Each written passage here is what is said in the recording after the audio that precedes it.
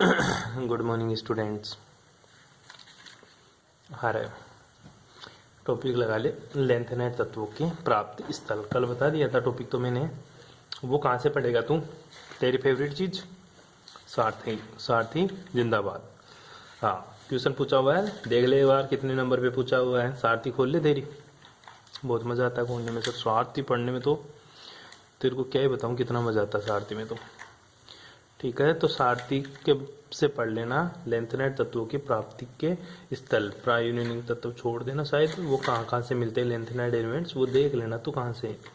तेरी सारथी में मिल ही जाएगा तुझे कहीं ना कहीं मुझे तो मिल नहीं रहा, तू देख लेना। फिर भी पूछ लेता कभी कभी, मैं फिर भी वीडियो भेज दूंगा इसका। क्या क्वेश्चन आता है वो देखिए। लेंथेनाइड तत्वों का पृथक्करण, क्वेश्चन क्या पूछता है आप देख। काम की बात करते मोटा मोटी। लेंथेनाइड तत्वों के पृथक्करण, क्वेश्चन क्या आता है? लेंथेनाइड तत्वों का पृथक्करण। ठीक है, पहली बात तो लेंथेनाइड तत्वों को पृथक्करण करने की आवश्यकता क्यों पड़ी? गुरुजी इनको डिफरेंट क्यों करते हैं? ध्यान देना बेटा, मैंने तेरे को शुरू में बताया था लेंथेनाइड तत्व कहाँ से शुरू होता है? एलन से शुरू होता है। ठीक है, सिर पर रखकर नो दिए परमेश्वरी समझाए, इव गोल्ड तब दिलाए हो और तुम्हें इब लुटाए। ये चलता है, मतलब लेंथेनाइड तत्व कहाँ से कहाँ चलते हैं? एलन से सर लुटीशियम तक चलते हैं। ठीक है, यहाँ से यहाँ जाने पर तेरा जेड इफेक्ट बढ़ता है। क्या बढ़ता है तेरा? Z effect. और शिल्डिंग इफेक्ट क्या रहता है गुरुजी? कांस्टेंट सा रहता है। ठीक है, इसलिए एलन से लुटेशियम तक जाने पर इसका जो साइज है, एटॉमिक रेडियस, कौन सी? एटॉमिक रेडियस, या फिर इसकी आयनिक रेडियस, एटॉमिक रेडियस पर या फिर आयनिक रेडियस का मान क्या हो जाता है गुरुजी? घटता है। इसी को अपन क्या बोलते हैं? Lanthanide contraction. क्या बोलेंगे इसको? लेंथेनाइड कॉन्ट्रैक्शन, मतलब लेंथेनाइड संकुचन बोलते हैं। लेंथेनाइड संकुचन की वजह से जो लेंथेनाइड एलिमेंट्स हैं, इनके परमाणु के आकार लगभग, ठीक है, लगभग मतलब ऑलमोस्ट साइज क्या हो जाती है गुरुजी? सेम सी रहती है। लगभग आकार क्या रहता है? समान रहता है, जिसकी वजह से इनको पृथक करना बड़ा मुश्किल होता है।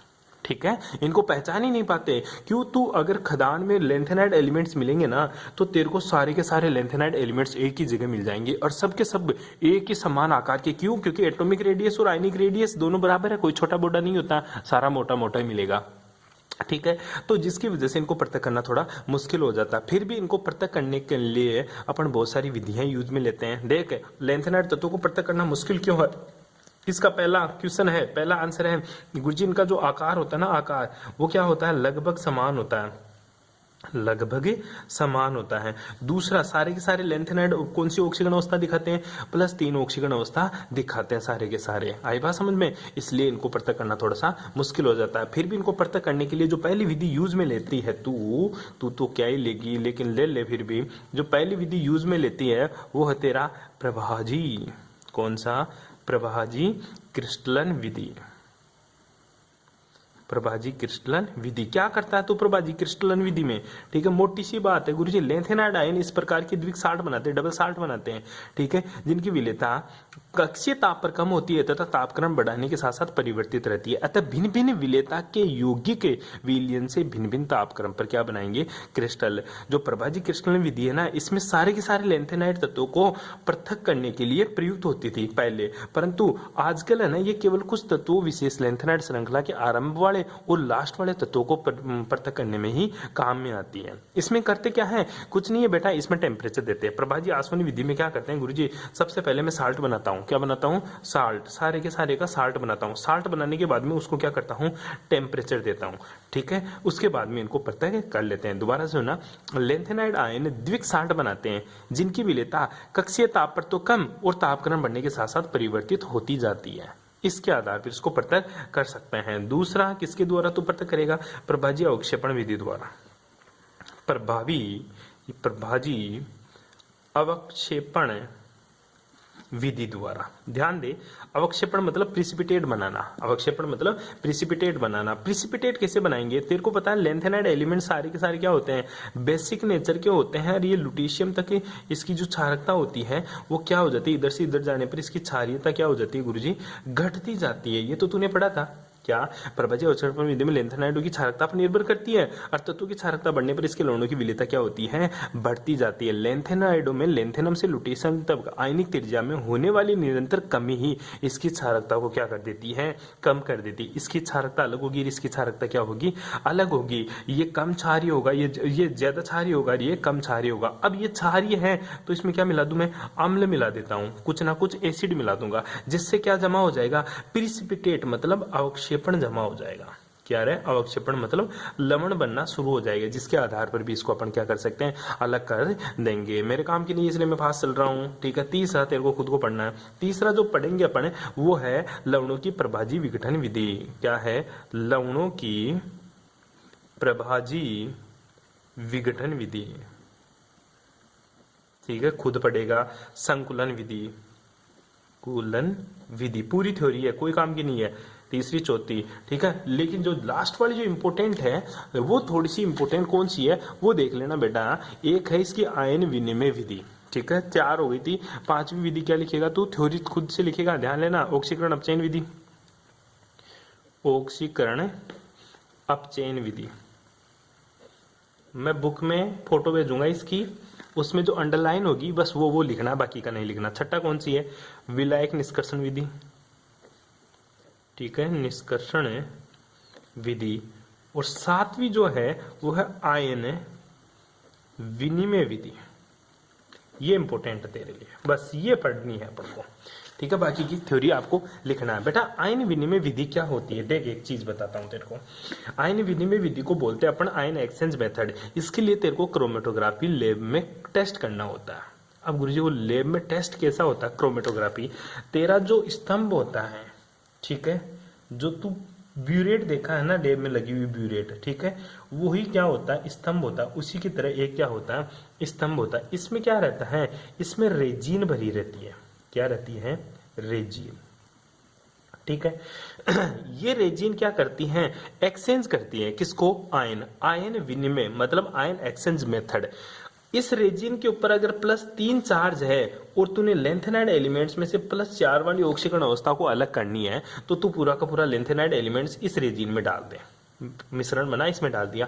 इसमें डालने के बाद में क्या करेगी, ये रेजिन है ना अपनी +3 ऑक्सीकरण अवस्था तो लेंथेनाइड को पकड़ा देगी और उसकी +4 ऑक्सीकरण अवस्था खुद ले लेगी। इसी को बोलते हैं आयन विनिमय विधि, ठीक है। इसमें क्या करते हैं, उल्टा सुल्टा काम होता है। +3 वाला +4 के पास, +4 वाली ऑक्सीकरण अवस्था +3 के पास चली जाती है। फिर उसको क्या करते हैं, इस ब्यूरेट को खोलकर एक पात्र में इकट्ठा कर लेते हैं। अच्छा गुरुजी मेरे को कैसे पता चलेगा ये +4 वाली है +3 वाली है, बेटा इसमें स्पोर्ट्स बनते हैं, अलग अलग कलर के अलग अलग रंग के स्पोर्ट से बनते हैं। बस उस रंग वाले स्पोर्ट को अलग बीकर में, इसको अलग बीकर में, ये +3 का है तो ये +4 का है। इस तरह से अलग अलग स्पोर्ट्स वाले विलियन को अलग अलग बीकर में लेकर लेंथेनाइड तत्वों का क्या करते हैं, अपने पृथक्करण करते हैं। मेरे काम का नहीं था इसलिए घास काट दी, इसमें केवल तेरे को रटना है। क्या करना है, तेरे को रटना है। अब इंपोर्टेंट मेथड है जो मेरे काम का है, जो मेरे भी काम में आएगा, तेरे भी काम में आएगा। लेंथेनाइड तत्वों का रंग, हेडिंग लगा ले, लेंथेनाइड तत्वों का, लेंथेनाइड तत्वों का रंग, ठीक है। पहली बात तो जो लेंथेनाइड तत्वों का रंग है ना, कलर, ठीक है, ये कलर किसके ऊपर डिपेंड करता है, ये गुरुजी डिपेंड करता है अनपेड इलेक्ट्रॉन के ऊपर। किसके ऊपर डिपेंड करता है, रंग की व्याख्या शुरू में सभी लोग मानते आए हैं कि जो लेंथेनाइड एलिमेंट्स है इनमें जो कलर बताना होता है ना, कलर के लिए अपन जो यूज करते हैं वो चाहिए अनपेड इलेक्ट्रॉन। क्या चाहिए, अनपेड इलेक्ट्रॉन, ठीक है। अगर अनपेड इलेक्ट्रॉन प्रेजेंट है तो वो यौगिक क्या होता है, मेरा कलर्ड होता है। ये बचपन से पढ़ते आ रहे हैं, ठीक है। जो अनपेड इलेक्ट्रॉन होगा तो वो यौगिक क्या होगा, मेरा कलर्ड होगा। आई बात समझ में, ये कंडीशन तो है ही है, ये नॉर्मल कंडीशन है। लेकिन लेंथेनाइड तत्व कलर क्यों दिखाते हैं गुरुजी, अनपेड इलेक्ट्रॉन प्रेजेंट होने की वजह से एक्चुअल में होता क्या है, ध्यान देना बेटा। अगर तेरा डी ब्लॉक एलिमेंट्स है ना, डी ब्लॉक एलिमेंट्स में डी ब्लॉक एलिमेंट्स में क्या होता है गुरुजी, डी ट्रांजिशन होता है। अनपेड इलेक्ट्रॉन की वजह से क्या होता है, डी ट्रांजिशन होता है, डी संक्रमण होता है। ठीक है, डी संक्रमण होता है। डी संक्रमण की वजह से डी ब्लॉक एलिमेंट क्या होते हैं गुरुजी, रंगीन दिखाई देते हैं। इसी प्रकार एफ ब्लॉक एलिमेंट्स में मेन से लेंथेनाइड तत्वों में एफ संक्रमण होता है, एफ ट्रांजिशन होता है, जिसकी वजह से यौगिक क्या दिखाई देते हैं गुरुजी, रंगीन दिखाई देते हैं। अनपेड इलेक्ट्रॉन प्रेजेंट है, ये तो डायरेक्ट में थोड़ा पर पढ़ते ही थे। अनपेड इलेक्ट्रॉन प्रेजेंट होने की वजह से क्या होता है, अनपेड इलेक्ट्रॉन की वजह से इसमें डी ट्रांजिशन होता है, इसलिए डी ब्लॉक यौगिक रंगीन दिखाई देते हैं। और एफ ब्लॉक रंगीन क्यों दिखाई देंगे, क्योंकि गुरुजी इसमें एफ ट्रांजिशन होता है, मतलब एफ ऑर्बिटल से एफ में ही इलेक्ट्रॉन का ट्रांजिशन होता है, जिसकी वजह से यौगिक क्या दिखाई देता है, मेरे को रंगीन दिखाई देता है। बैठ रही है बात समझ में। लेकिन कुछ एलिमेंट्स ऐसे हैं बेटा, ध्यान देना, कौन से एलिमेंट्स, जैसे मैं तेरे को बताऊं लेंथेनम La3+ आयन, ठीक से, उसके बाद में Lu3+ आयन, ये दोनों यौगिक क्या होते हैं, ये रंगहीन होते हैं। ये क्या होते हैं, रंगहीन। ये भी क्या होते हैं, रंगहीन। क्यों, क्योंकि इसकी L3+ के अंदर इसमें जो इलेक्ट्रॉन्स होते हैं ना, अनपेड इलेक्ट्रॉन, वो 0 है, और इसमें भी अनपेड इलेक्ट्रॉन कितना है, 0। इसकी वजह से इनमें कोई एफ ट्रांजिशन नहीं होता, इन दोनों में एफ ट्रांजिशन नहीं होता। इसलिए लेंथेनम 3+ और लुटेशियम 3+ दोनों यौगिक क्या होते हैं मेरे, रंगहीन दिखाई देते हैं। क्या दिखाई देते हैं, रंगहीन। लेकिन इसके अलावा कुछ एलिमेंट्स ऐसे हैं, जैसे मैं तेरे को बताऊं, एक तो तेरा सीरियम 3+, ठीक है बेटा, ध्यान देना, एक बार बहुत इंटरेस्टिंग बात है। एक तो तेरा सीरियम 3+, एक तेरा Gd3+ है। इसके अलावा तेरा एक एलिमेंट्स और होता है Yb3+ है, ठीक है, और एक और होता है तेरा कौन सा, लुटेशियम 3+ है, Lu3+। वो तो तेरे को बता दिया, लुटेशियम का तो पता ही है तेरे को, ठीक है। एक तो La3+, एक तेरा Ce3+, एक Gd3+, एक Yb3+, एक तेरा Lu3+। ये यौगिक ये तो रंगहीन होता है। क्या होता है, रंगहीन। रीजन है, अनपेड इलेक्ट्रॉन कितने हैं, 0। ये भी क्या होता है मेरा, रंगहीन होता है। क्यों, क्योंकि अनपेड इलेक्ट्रॉन क्या है, 0। कैसे पता चला अनपेड इलेक्ट्रॉन, मेरे को पता है, जो 4f0, क्योंकि लुटेशियम लेंथेनम का इलेक्ट्रॉनिक कॉन्फ़िगरेशन क्या होता है, लेंथेनम का जो इलेक्ट्रॉनिक कॉन्फ़िगरेशन होता है बेटा, वो क्या होता है, एक बार देखिएगा,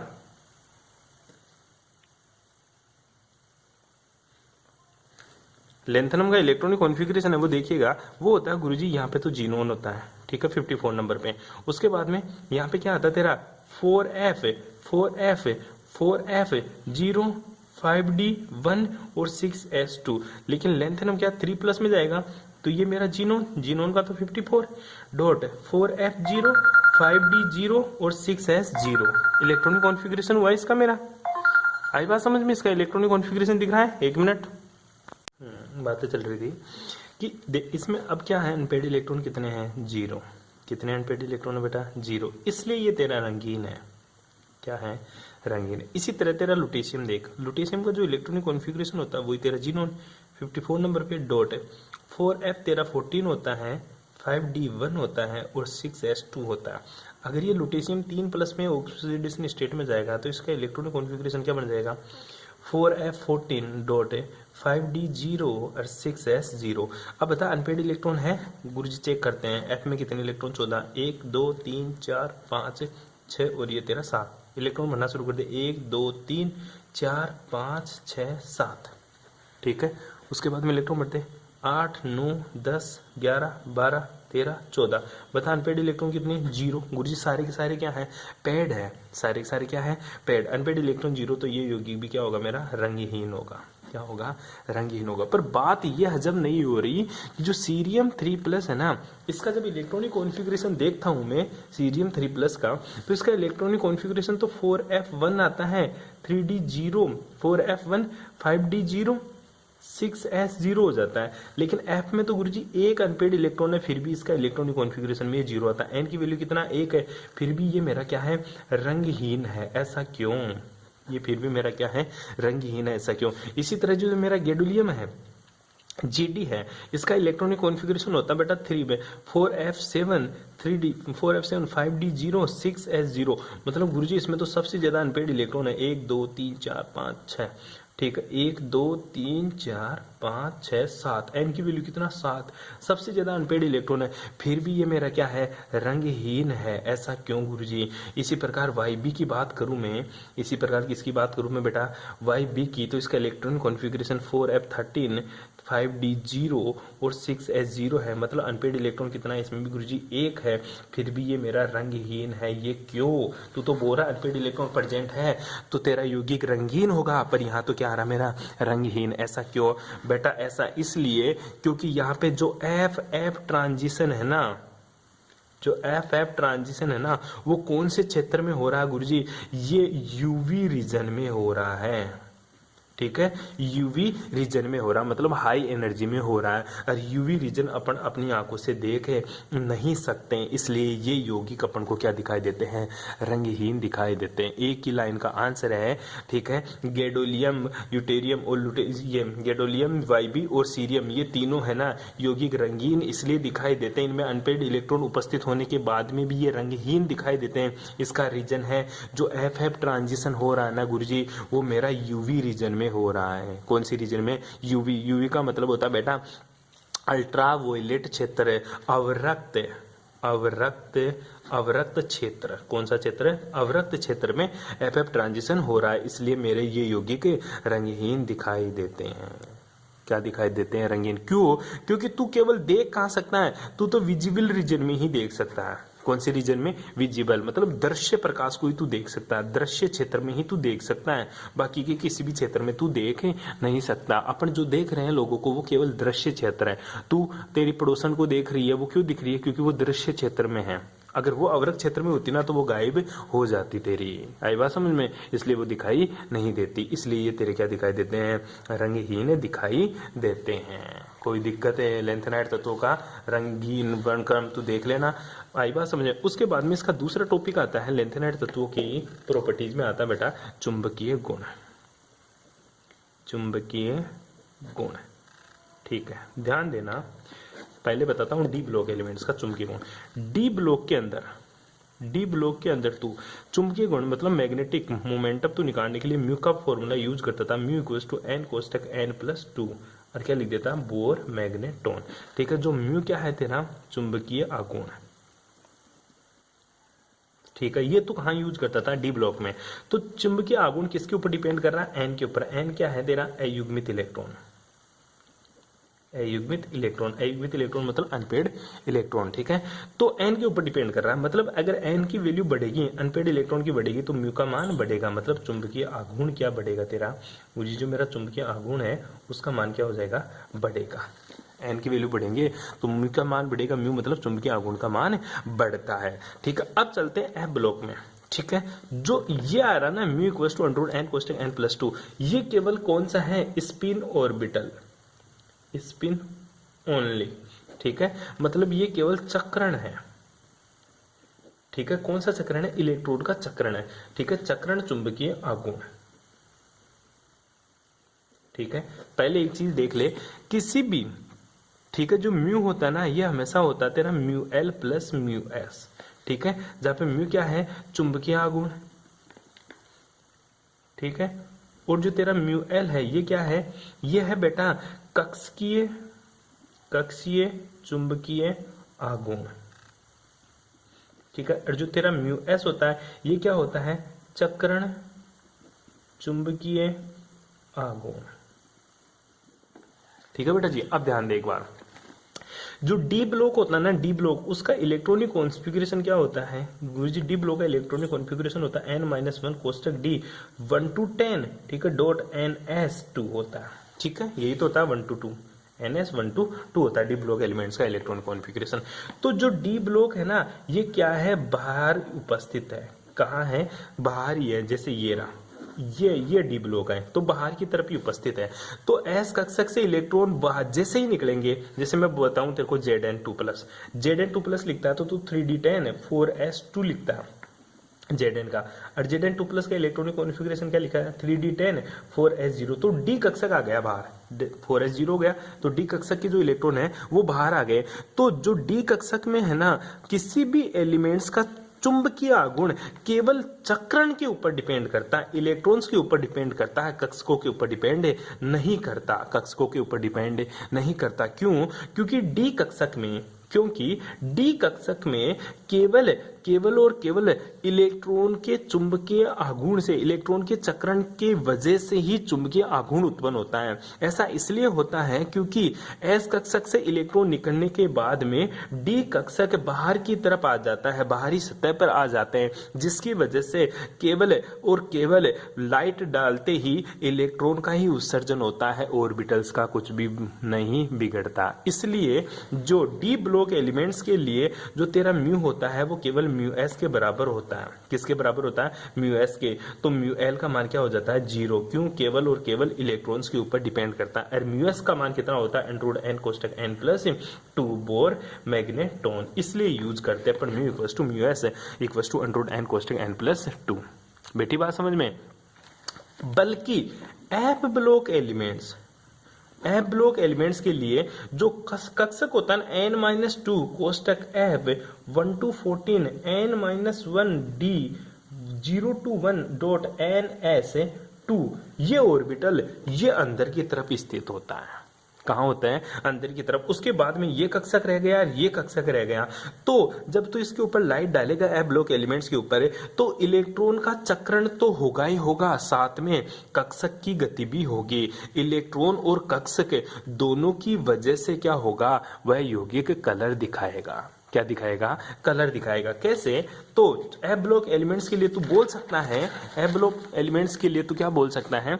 एफ ब्लॉक के लिए गुरुजी मैं बोल सकता हूं, for F block elements, F block, ठीक है, क्या बोल सकता है? म्यू इक्वल्स टू हो सकता है मेरा म्यू एल प्लस का म्यू एस है, ठीक है। तो इसकी वजह से जो फॉर्मूला आता है तेरा म्यू का, वो आता बेटा 3/2, याद कर लेना, प्लस एस कोष्टक एस प्लस 1, ठीक है, माइनस का एल कोष्टक L plus 1 divided by twice J कोष्टक जे प्लस 1, ठीक है, और इसको बंद कर देना अंडर रूट में जे कोष्टक जे प्लस 1। ये इसका फॉर्मूला होता है, क्या निकालने के लिए? चुंबकीय आघूर्ण निकालने के लिए। जहां पर एस और एल क्या है? एस एल तो क्या है? चक्रण क्वांटम संख्या। एस तो क्या तेरी? चक्रण क्वांटम संख्या, क्वांटम संख्या, ठीक है। ये क्या है? कक्षक क्वांटम संख्या होती है एल, ठीक है। और जे क्या होता तेरा? द्विघंसी क्वांटम संख्या, द्विघंसी क्वांटम संख्या होती है, ठीक है। इसके ऊपर पूरा का पूरा चुंबकीय आघूर्ण डिपेंड करता है, जिसके बेसिस पे एक ग्राफ देखने को मिलता है तेरे को, जो कि इंपोर्टेंट ग्राफ है। इस स्टाइल से ग्राफ मिलता है। यहाँ तेरा लेंथेनाइड एलिमेंट शुरू होता है, यहाँ तेरा कौन सा एलिमेंट जाता है गुरुजी? लुटेशियम। कौन सा जाता है? लुटेशियम। तेरे को 3 ग्राफ देखने को मिलेंगे। कितने ग्राफ है? 3 ग्राफ देखने को मिलेगा। पहला ग्राफ इस स्टाइल से यहाँ जाएगा, उसके बाद में ऐसे जाएगा, ठीक है। जो दूसरा ग्राफ मिलेगा तेरे को, वो बेटा थोड़ा सा अलग स्टाइल से दिखेगा तेरे को। दूसरा कैसे दिखेगा गुरुजी? वो ग्राफ दिखेगा मेरे को यहाँ से सीधा जाता हुआ और यहाँ पे सीधा मिलता हुआ दिखेगा, ठीक है। अब जो तीसरा ग्राफ तेरे को देखने को मिलेगा, वो कैसे दिखेगा? वो ग्राफ मेरे को ऐसे आता हुआ दिखेगा, इसके ऊपर तो आता हुआ दिखेगा ही दिखेगा ऐसे, ठीक है। लेकिन फिर एकदम से यहाँ चला जाएगा, उसके बाद में वापस से कहा सीधा हो जाएगा? वापस इधर सीधा हो जाएगा। इस तरह से तेरे को 3 ग्राफ दिखेगा। जो रेड कलर वाला ग्राफ है, ये ग्राफ है तेरा बेटा ऑब्जर्व, ठीक है, ऑब्जर्व वैल्यू, ठीक है। दूसरा जो ब्लू कलर में, जो पेन का अजीब सा रंग है, मेरे को नहीं पता कौन सा है, ठीक है, ये है तेरा थ्योरेटिकल। कल किसकी वजह से? अंडर रूट एन कोष्टक एन प्लस 2 वैल्यू लगाकर जो ग्राफ मिला वो ये मिला तेरे को, ठीक है। जो ये ग्राफ मिला ना बेटा, ठीक है, ये ग्राफ जो मिला, ये किसकी वजह से मिला? ये भी गुरुजी मेरे को थ्योरेटिकल। कैसे मिला? थ्योरेटिकल। लेकिन फॉर्मूला कौन सा लगाया? इसके लिए जो मैंने फॉर्मूला लगाया ब्लैक कलर के लिए, इस फॉर्मूले से ये ग्राफ मिला मेरे को 3/2 प्लस एस कोष्टक एस प्लस 1 माइनस का एल कोष्टक एल प्लस 1, ठीक है, डिवाइडेड बाई ट्वाइस जे कोष्टक जे प्लस 1, ठीक है। इस तरह से ये ग्राफ मिला मेरे को, और रूट के अंदर जे कोष्टक जे प्लस 1, इससे ये ग्राफ मेरे को मिला। और ये ऑब्जर्व का मतलब होता है गुरुजी मैंने प्रयोग से मिला। ये किससे मिला मेरे को, प्रयोग करके ये ग्राफ मिला। ये लुटेशियम था, यहाँ पे मेरा क्या आ जाता है बेटा, यहाँ पे मेरा SM आता है और यहाँ पे क्या आ जाता है मेरा EU आता है, ठीक है। इसके ऊपर कौन सा आता है मेरा EU, इस बिंदु पे कौन सा आता है मेरा EU, और यहाँ पे तेरा लुटेशियम मिलता है। ये ग्राफ इतना वेरी क्यों करा, कैसे कर रहा है ऐसे ग्राफ, थ्योरेटिकल में N की वैल्यू बढ़ेगी, Ln से लुटेशियम तक SM तक जाएगा तो +3 का है ना, ध्यान देना +3 में, ठीक है। तो यहां से यहां तक जाता ना तो F7 आ जाता है, अनपेड इलेक्ट्रॉन बढ़ रहा है इसलिए मैक्सिमम आ गया। फिर यहां से यहां गया तो 14 तक चला गया, अनपेड इलेक्ट्रॉन घट रहे हैं इसलिए वापस से घट गया है ग्राफ। कैसे आया मैं आपको फिर से बताऊंगा एक बार के लिए। लेंथेनाइड खत्म हो जाता है, नोट्स भेजूंगा, नोट्स समझ में नहीं आया फिर से इसका एक वीडियो बनाएंगे। Thanks for cooperation.